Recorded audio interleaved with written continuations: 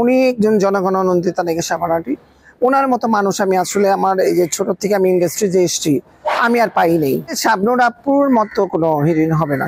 আসলে আমি অপু বিশ্বাস, তারপরে শাবনূর আপু, রুমানা আপা, মানে প্রত্যেকটা হিরোইনের সঙ্গে আমার কাজ হয়েছে 90%। তার মধ্যে জীবন নিয়ে যুদ্ধ একটা মুভি করেছিলাম, সেটা শাবনূর আপু ছিল। তা আমি ওইটা আবার শাবনূর আপার ফ্রেন্ড করেছিলাম, মান্না আঙ্কেলও ছিল ওই মুভিতে। তো ওইখানে আমার একটা স্মৃতি আছে, সেটা হচ্ছে শাবনূর আপুর সাথে কাজ করেছিলাম। তা আমি অনেক হাত ভরে আংটি পরতাম। একদিন আমার বলতেছে কি, শর্ট হিসেবে আমরা বলতেছি, তা আমি শর্টের মধ্যে শয়তানি ছিল। আপাকে আমি আবার বলতেছি কি যে আমরা চলে যাব, আমরা থাকবো না এখানে। তা বলছে কেন থাকবা না? আমি কি না, আমার এখানে ভালো লাগে না, আমরা সব চলে যাবো, তোদের এই জায়গাটা আমাদের পছন্দ না, আমরা অন্য জায়গায় চলে যাবো। তো এটা নিয়ে রাগ করে আমরা সব স্টুডেন্টরা চলে আসি। তো ওইখানে শর্টের পরে আমার শাবনূর আপু মানে জিজ্ঞেস করতেছে তোর হাত ভরা আংটি কেন?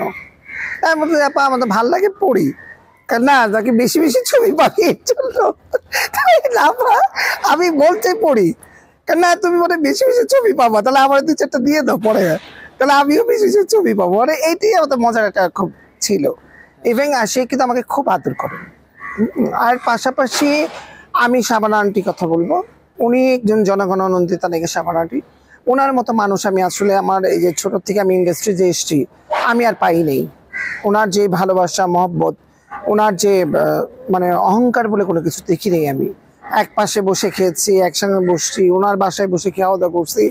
উনি তার যেমন 3টে সন্তানকে ভালোবাসে, আমাকেও ভালোবাসতেন। এবারে এখন যে সে আমেরিকায় আছেন, মাঝে মাঝে আমার সাথে কিন্তু কথা হয় আন্টির সঙ্গে, শাবানা-আন্টির সঙ্গে। হ্যাঁ, কিন্তু আমার এত মানে প্রিয় একটা হিরোইন ছিলেন। আমি ছোটবেলা থেকে তারই খুব বেশি পছন্দ করতাম, যে শাবানা-আন্টি আর আলমগীর আঙ্কেলকে আমার খুব প্রিয় একজন মানুষ ছিলেন, তারা এখনো আছেন। তা আসলে ওনাদের সাথে আমার কাজ করা হয়নি। আলমগীর আঙ্কেলের সঙ্গে এটা করেছিলাম অন্ধবিশ্বাস ছবিতে, আমি একজন ফাদারের ছেলে করেছিলাম। ওইখানে আমার সৌভাগ্য হয়েছিল আলমগীর আঙ্কেলের সঙ্গে কাজ করার, কিন্তু শাবানা-আন্টির সাথে হয়নি। এই দুঃখটাই রয়ে গেছে, কিন্তু না করলেও এটা ওরা যে এত কাছে আমি যেতে পারছি, এটা আমার কাছে শুকরিয়া। Best best. আসলে শাবনূর আপুর মতো কোনো হিরোইন হবে না, সেটা একটি কারণ বলছি, কারণ উনি all rounder artist, all characters. আপনি যেই ধরনের চরিত্র তাকে দিবেন সে কিন্তু অ্যাডজাস্ট করতে পারে। এটা আমি কিন্তু সব নায়িকার সম্বন্ধে পাচ্ছি না, বা পারিও না, দেখিও না।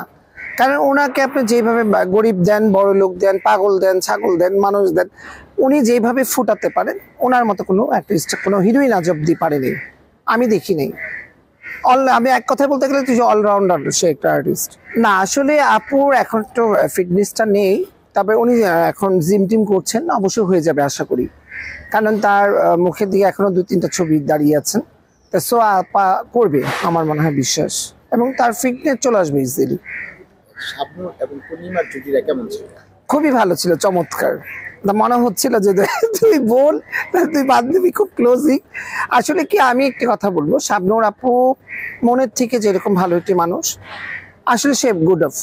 আর ওনার মতো মনের মানুষ নেই। আমি প্রথমত দেখেছি শাবানা-আন্টিকে, আর লাস্ট টাইম দেখলাম শাবনূর আপুকে।